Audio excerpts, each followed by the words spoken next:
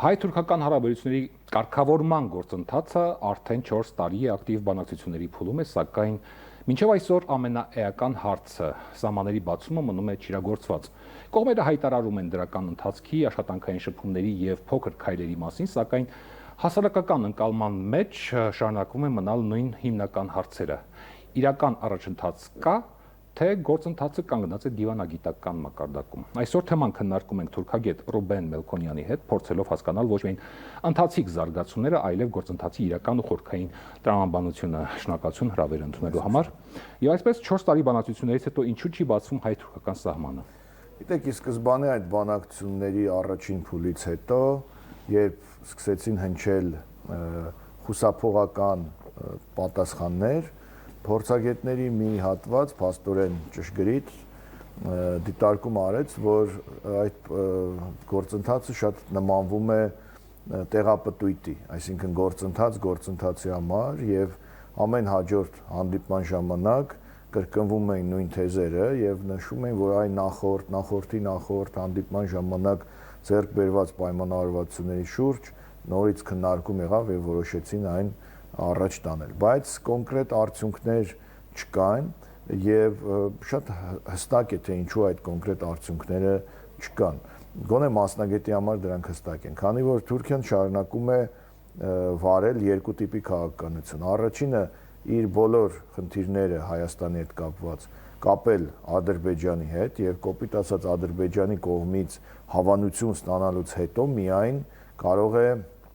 ուրեմն սկսել հայ-թուրքական հարաբերությունում կոնկրետ գործընթաց։ Դա չի նշանակում, որ Թուրքիան կախված է Ադրբեջանից։ Դա նշանակում է, որ ինքը ուրեմն կամովին փորձել է այնպես կարգավորել կամ այնպես դասավորել հարցը, որ Ադրբեջանի կողմից բոլոր պահանջները բավարարվելուց հետո նոր ուրեմն կարող են գործընթացում էական փոփոխություններ լինել, իսկ Ադրբեջանի ներկայացված պահանջները դրանք համատեղ պահանջներ են, դրանք թուրք-ադրբեջանական պահանջներ են։ Եվ երկրորդը, որ տեսնում ենք, որ երբեմն կարծես բարի կամքի դրսևորում նրանք անում են ինչ-որ սիմվոլիկ քայլեր, որոնք չունեն որևէ նշանակություն։ Ասենք օրինակ կարող են հանդիպել կամուրջի վրա Հայաստան-Թուրքիա սահմանին, կարող են ինչ-որ պաշտոնյաներ այցելել սահման եւ ասել այստեղ վերանորոգում է գնում Մարգարայի կամուրջի, չգիտեմ, բազրիկները ներկում են եւ այլն։ Հիմա տեսեք, հայ-թուրքական հարաբերությունների օրակարգում ինչ կարևոր կամ ինչ կետեր են փոխվել, որ այսօր էականորեն տարբերվում է նախկինում վարած հայ-թուրքական օրակարգից։ Ես կարող եմ ասել, որ փոփոխություններ ըստ էության խորքային իրենց նախապայմանների մեջ չկան։ Ես այսպես փորձեմ դիտարկել հարցը։ Ինչպես ասացի, նախապայմանները թուրքական մի ամբողջություն են եւ կային առաջնային նախապայմաններ եւ երկրորդային նախապայմաններ։ Առաջնային նախապայմանները հայտնի 3-ն էին, որոնք տեսանելի էին հանրության լայն շերտերին։ Արցախի հարց, Հայոց ցեղասպանության հարց եւ սահմանների ճանաչման հարց, այսինքն Թուրքիայի հանդեպ հողային պահանջատիրության հրաժարում, որը երբեք մեր մոտ չի եղել։ Բայց դրանից զատ կային նախապայմանների եւս մի քանի, այսպես ասած, թերթեր, որոնք լայն հանրությանը հայտնի չէին եւ երբեմն հայ-թուրքական բանակցությունների ժամանակ դրանք եթե կարողանում էին բերում էին օրակարգ, բայց հայկական կողմից միշտ ստացել են, այսպես ասած, կոպիտ պատասխան։ Օրինակ ես կարող եմ մեջբերել, որ 92 թվականին, 93 թվականին առաջին հայ-թուրքական շփումների ժամանակ օրինակ թուրքական կողմը բարձրացրել է Արարատ-Սարի խնդիրը, թե ինչու է ձեր զինանշանում Արարատ-Սարը, ճիշտ կլինի, որ այն հանեք։ Այսինքն կարող ենք ֆիքսել, որ Արարատի խնդիրը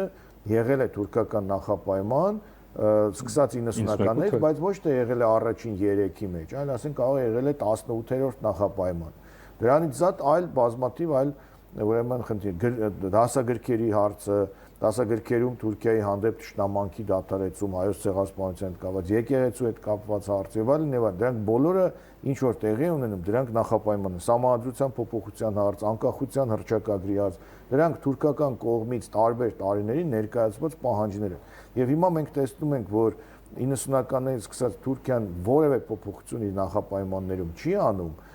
որևէ հետընթաց չի անում, սկզբունքորեն մնում է այդ դիրքերի վրա, ուղղակի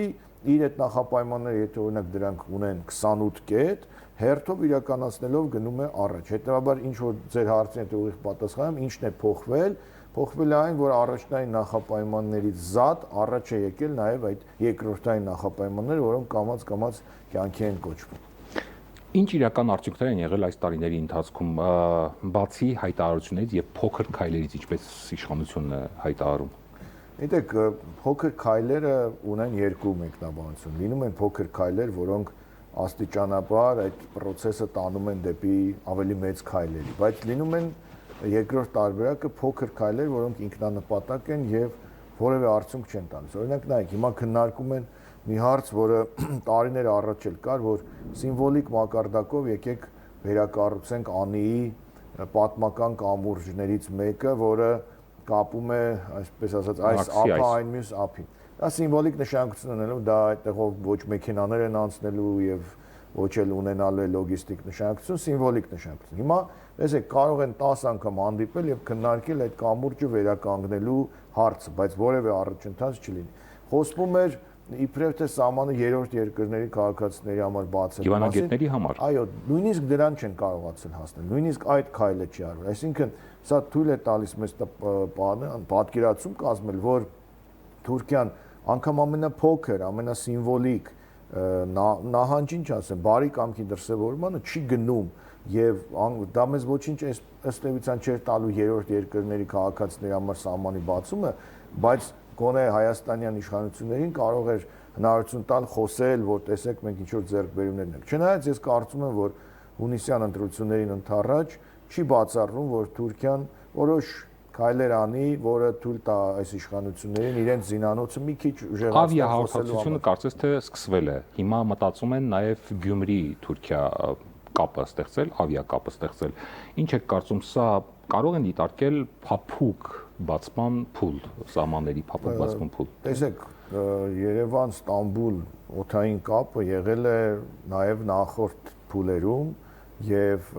90-ականներից 94-ից երբ որ Թուրքիան տոտալ շրջափակման ենթարկեց Հայաստան նաև փակելով օդային սահմանը, որոշ ժամանակ հետո դա վերաբացվել է եւ որևէ մեկի համար գաղտնիք չէ, որ Երևան-Ստամբուլ ռեյսեր կան։ Ես առաջի անգամ 2000 թվականին ուղիղ Երևան-Ստամբուլ ուրեմն ինքնաթիռով գնացել եմ Ստամբուլ։ Հետո ըստ նպատակահարմարության փակում էին, բացում են եւ հիմա դա ներկայացնել, որ գիտեք դա փափուկ ուժ է, դա բարի կամքի դրսևորում է եւ այլն, կարծում եմ այդքան էլ ճիշտ չի։ Տեսեք, ես ուրիշ բան կփորձեմ առանձնացնել, որ հիմա Հայաստանի փաստորեն շուկա մտել է Turkish Airlines, այսինքն թուրքական ավիաընկերությունը, որը նաև բացի Ստամբուլից այլ ուղղություններ է առաջարկում։ Հիմա սա նորմալացման process է, թե թուրքական բիզնեսին նոր հնարավորություն տալու process է։ Այսինքն, եթե Turkish Airlines-ը սկսում է ինչ-որ թռիչքներ անել, դա հանուն հայերի է անում, հանուն Հայաստանի է անում, թե իր բիզնեսի համար։ Երկրորդ հանգամանքը, որը նաև այսպես բավական նուրբ թեմա է, որ այդ պայմանավորվածությունների շրջանակներում խոսում են, որ կարող է կրթական համակարգում, բուհերի միջև ինչ որ շփումներ վերսկսեն եւ այլն, եւ հիմա Հայաստանն ու Թուրքիան չունենալով դիվանագիտական հարաբերություններ պաշտոնապես, եթե չեմ սխալվում, կրթության նախարարության կայքում դրվում է հայտարարություն, որ Հայաստանի քաղաքացիները կարող են Թուրքիայում շարունակել իրենց ուսումը կամ սովորել այնտեղ եւ այլն։ Դա ուղղված է ուսանողներին, ուսանողության։ Բայց այստեղ գալիս են մի քանի այլ հարցեր։ Եթե դիվանագիտական հարաբերություններ չկա, արդյոք դա փոխադարձության հիման վրա է թե ոչ, այսինքն թուրք ուսանողներն էլ գալու են Հայաստանում սովորել թե ոչ։ Արդյոք այն ուսանողները, որոնք գնում են կամ կուզենան դիմեն, որ գնան այնտեղ սովորելու, ունեն ինչ որ հստակ ծրագիր, հստակ պատկերացումներ իրենց կեցության, իրենց անվտանգության, չէ՞ որ գնում են մի երկիր, որտեղ դիվանագիտական որոյ հետ դիվանագիտական հարաբերություններ չունեն։ Այսինքն ինչ որ քայլեր արվում է իմիտացիան ստեղծելու համար, բայց դրա մեջ իրոք Հայաստանի կամ Հայաստանի բնակչության շահերի ընդհանրող քայլեր ցավոք սրտի այդքան տեսանելի չեն։ Թուրքիայի արտգործնախարար Հական Ֆիդանը հայ-ադրբեջանական կարգավորումը անվանել է դիվանագիտական մոդել եւ նշել, որ համաձայնագրին 1-2 քայլ է մնացել։ Ինչի մասին է վկայում այս հայտարարությունը քաղաքական լավատեսության թե ճնշումների ավելացման։ Հայտարարությունը շատ հստակ կարելի է մեկնաբանել, ես երկու մեկնաբանություն կանեմ։ Նախ, որ ասում եմ մնացել է 1-2 քայլ պայմանագրի ստորագրմանը, այդ 1-2 քայլը կարող ենք հստակ հասկանալ թե ինչն է։ Դա սահմանադրական փոփոխություններն են եւ անկախության հռչակագիրը սահմանադրությունից դուրս բերելն է, որը Ադրբեջանի Դա ադրբեջանական նարատիվներ Ես դրա համար խոսքի սկզբում ասացի, Ադրբեջանի եւ Թուրքիայի պայմանները իրար հետ փոխկապակցված են։ Մի բանը նա է ասում, մի բանը մյուս կողմն է ասում, բայց միևնույնն է գնում են առաջ։ Եվ երկրորդ, եթե ասում է դիվանագիտական մոդել, ուրեմն հայ-ադրբեջանական հարաբերությունները, գիտեք, դա ինձ թվում է որոշակի ծաղր է դիվանագիտության հանդեպ, որովհետեւ ռազմի դաշտում պարտությունից հետո դիվանագիտական դաշտում անդադ նահանջելուց հետո բնական է որ կարող են հնարավորություններ ստեղծվել հարաբերությունների կամ խաղաղության, բայց դա դիվանագիտություն չի, դա զիջում է, դա միակողմանի զիջում է, դա միակողմանի նահանջ է եւ ամենևին Չերչիլ կամ այլ հայտնի գործիչ պետք չի լինել, որպեսզի զիջելու, նահանջելու գնով կարողանաս հարաբերություններ կամ խաղաղություն հաստատել։ Այնպես որ եթե դա նույնիսկ դիվանագիտական մոդել է, ապա դա հայկական դիվանագիտության բացակայության մասին վկայող մոդել է։ Միջազգային միջավայրում Եվրամիություն, Արևմուտք, հատկապես Արևմուտքում արդյոք հայկական հարցի թեման այլևս այսուհետև փակված է վերջնականապես, որովհետև մի տեսակ կարծես թե արդեն Թուրքիա Եվրամիության կոնտեքստում այս հարցը չի բարձրաձայնվում եւ երբեք չեն խոսում վերջին շրջանում։ Ես այստեղ 3 դիտարկում ունեմ։ Առաջինը, որ դա Արևմուտքի համար նաեւ երբեմն գործիք էր Թուրքիայի վրա ազդելու հայկական խնդիրները, երբեմն նաեւ որոշակի քաղաքական, թե կարելի է ասել դժվարություն, որ ստիպված են լինելու Թուրքիայի հետ իրենց հարաբերությունները մի փոքր բարթացնել, որպեսզի օրինակ հայոց ցեղասպանության մասին բանաձև ընդունեն կամ եւ այլն եւ այլն։ Հիմա այդ խնդրից ազատված է, այսինքն Արևմուտքը շատ ավելի ազատ է Թուրքիայի հետ խնդիրները իր համար կարգավորելու կամ լուծելու եւ հայկական գործոնը այդտեղ գոյություն չունի։ Երկրորդ հանգամանքը, որ Հայաստանը ինքն է փակել թեման եւ շատ լավ հիմնավորում է արևմտյան գործընկերների համար, որ եթե Հայաստանը հայտարարում է, որ հայոց ցեղասպանության ճանաչումը այլևս մեզ համար արտաքին քաղաքական առաջնահերթություն չի, Մինսկի խումբը համաձայնվեցին, որ լուծարվի եւ այլն, մենք ինչ կարող ենք անել։ Հայաստանը ինքն է փակում, Հայաստանը ինքն է Պրահայում ճանաչել Ադրբեջանի կազմում Արցախը, եվրոպացի պաշտոնյաները ասում են, որ առաջինը հենց Փաշինյանն է եղել, որ ճանաչել է Արցախը Ադրբեջանի կազմում, այսինքն Հայաստանի որևէ ղեկավարը դա չի արել եւ հիմա դրանից հետո խոսել հայկական խնդիրների մասին այդ կոնտեքստում բնականաբար հնարավոր չէ։ Եվ երրորդը կարծես այս ամբողջ process-ների արդյունքում հայկական խնդիրը դարձել է մի քիչ հնաոճ, մի քիչ, այսպես ասած, update-ից դուրս եւ հիմա համաշխարհային քաղաքական օրակարգում եվրոպական եւ այլն հայկական խնդիրը նկատի ունեն հայոց ցեղասպանության խնդիրը կամ Թուրքիայի ճնշումները Հայաստանի հանդեպ միակողմանի սահմանի փակումը եւ այլն մշակութային եղերն եւ այլն դրանք կարծես հնաոճ թեմաներ են եւ արդիական երբ որ Հայաստանի մասին խոսք է լինում բոլորը այսպես սատարում են, քաջալերում են իշխանություններին, որովհետև նրանք սիրահոժար ամեն ինչ զիջել են, պես որ այս կոնտեքստում, եթե խոսվում է հայկական խնդրի մասին, ապա խոսվում է, չգիտեմ, Հայաստանի եւ Ադրբեջանի միջև խաղաղության, երբեք չի խոսվում Հայաստանի ինքնիշխան տարածքների վերադարձի մասին։ Որն է ամենահավանական զարգացումը առաջիկայում, առաջընթաց, ստագնացիա, թե հետընթաց կամ ճգնաժամ։ Ես կարծում եմ, որ ամենահավանական զարգացումը այդ ձեր նշածների միքսն է, այսպես ասած, միաձուլումն է։ Մի կողմից ես կարծում եմ ընտրությունների ընթացքում չեն կարող բացառել որոշ սիմվոլիկ քայլեր, որոնք կուժեղացնեն այս իշխանությունների հռետորաբանությունը, որ մենք տեսեք հասել ենք ինչ որ արդյունքների դիվանագիտության ասպարեզում։ Երկրորդը մինչև սահմանադրության փոփոխությունը Հայաստանում, եթե կլինի սահմանադրական փոփոխություն եւ եթե դա կստանա ժողովրդի մեծամասնության համաձայնությունը, մինչև այդ լինելու է այսպես փակուղային կամ լճացման փուլ, որևէ առաջընթաց չի լինելու, որը կարող է նմանվել ճգնաժամի որոշակի տարրերի, չնայած